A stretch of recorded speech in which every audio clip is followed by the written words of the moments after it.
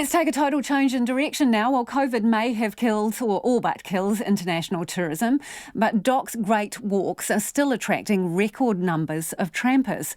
Opening week saw a 36% increase in overall bookings for 6 of the 8 walks that are open. The boost comes on the back of the domestic tourism campaign encouraging Kiwis to do something new, New Zealand. Department of Conservation boss Lou Sanson joins me now. Kia ora, Lisa. Kia ora, Lou. What are the numbers telling you? Just record numbers of Kiwis. I guess my first weekend out of lockdown, I went to tramping in the Tauraruas. The car park was full. Second week in the Rumatakas. I've never seen so many cyclists. Arthur's Pass, record numbers. And Aotea, Great Barrier, has become the new Tahiti. So we're just rapt that Kiwis are falling in love with nature. We ran a campaign called Let Nature In during lockdown.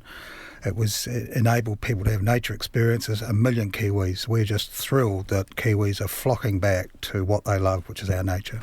What do you think the deal is here? It's because they can't go anywhere else, or have they been walking around the block 100 times during level 4 and thought, actually, this is quite cool, I want to go further afield?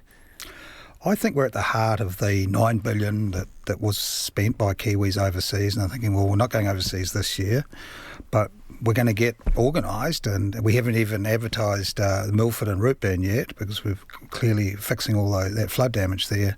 But I really think they're preparing themselves for their summer holidays, and we're just thrilled that they're voting with their feet in such big numbers. So what are the most popular walks, the ones that are getting the most bookings? Or increases? Hefe has just gone ballistic. It's 50% up in last year. Rakiura track in Stewart Island is already up. And the Paparoa is just, it's sort of number one at the moment, and it's getting hard to get in there. And we're opening Milford and Rootburn very soon.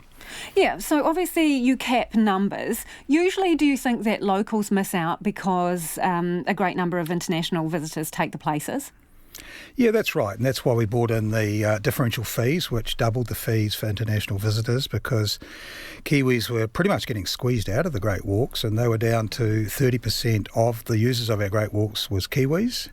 Now it's 90% and 70% up from last year. So they're an international brand, they're an international product, and we're hoping some of the guided walks that will open very soon, like Ultimate Hikes, will go just as good as we have. Lou, do you have any idea how much this will pump into the economy when people, they've got to stay somewhere? Once they come off the track, they probably like a meal at a restaurant. Any idea how much this puts into the economy? No, I don't, but we are still worried about Milford and Franz and Fox. We are working with tourism businesses there. We're giving work to them before they can go skydiving or glacier guiding.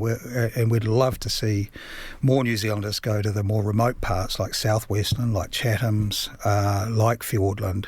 Milford is still only 100 a day, and for the scale of that, it's $1 million a year the taxpayer spends on just the avalanche program there. So we would be delighted if Kiwis went to some of these other locations as well. You've still got some international trampers in there. Who are those people? Are they people who were caught here, or have they come over? Yeah, it's quite incredible. Lots of international, and we do think it is the migrant workforce that's pretty much here. But we're also seeing, lots of a number of helicopter rides in Franz and Fox, which is people that are still in this country. I think there's something like 200,000 people here on work permits, and they're still wanting to do Able Tasman. They're out there doing it right now.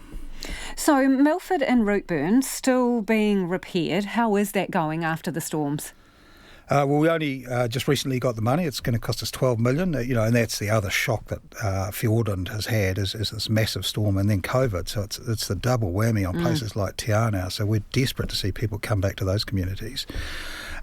We've got a lot of work to do there. We're confident we can do it. But yeah, we're just not used to 1,000 millimetre flood events every year now, and it's having a big impact on those areas like Southwestland.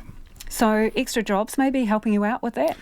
Absolutely. Well, we're part of the 1.3 billion jobs for nature. We are flat out. We've got 100 jobs now. We're aiming to keep on doubling that. Our aim is 11,000 jobs over 4 years with Ministry of Primary Industries, Land Information and Ministry for the Environment.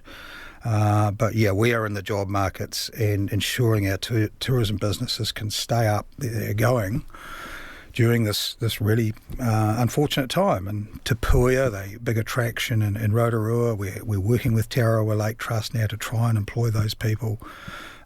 We really want to be part of the solution here.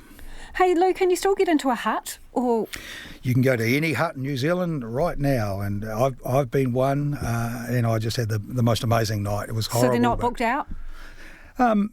No, not our huts are booked out at the moment. They're starting to get booked out in those peak periods, but you can get into virtually every track in New Zealand right at the moment.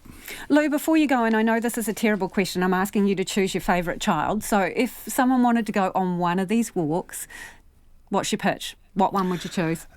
Mine is root burn. I do it every year. My daughter just did it over the weekend, and she just sent me her Snapchats, and I just think it's the most incredible experience in New Zealand, the alpine experience, the forest, the waterfalls. And don't forget the $10 million that Air New Zealand has put into these great walks and predator-free, and you can virtually walk along the track kicking rock wrens off the track and kaka and parakeet. It's just the most stunning experience. And on Milford, we now got birds from dawn to dusk.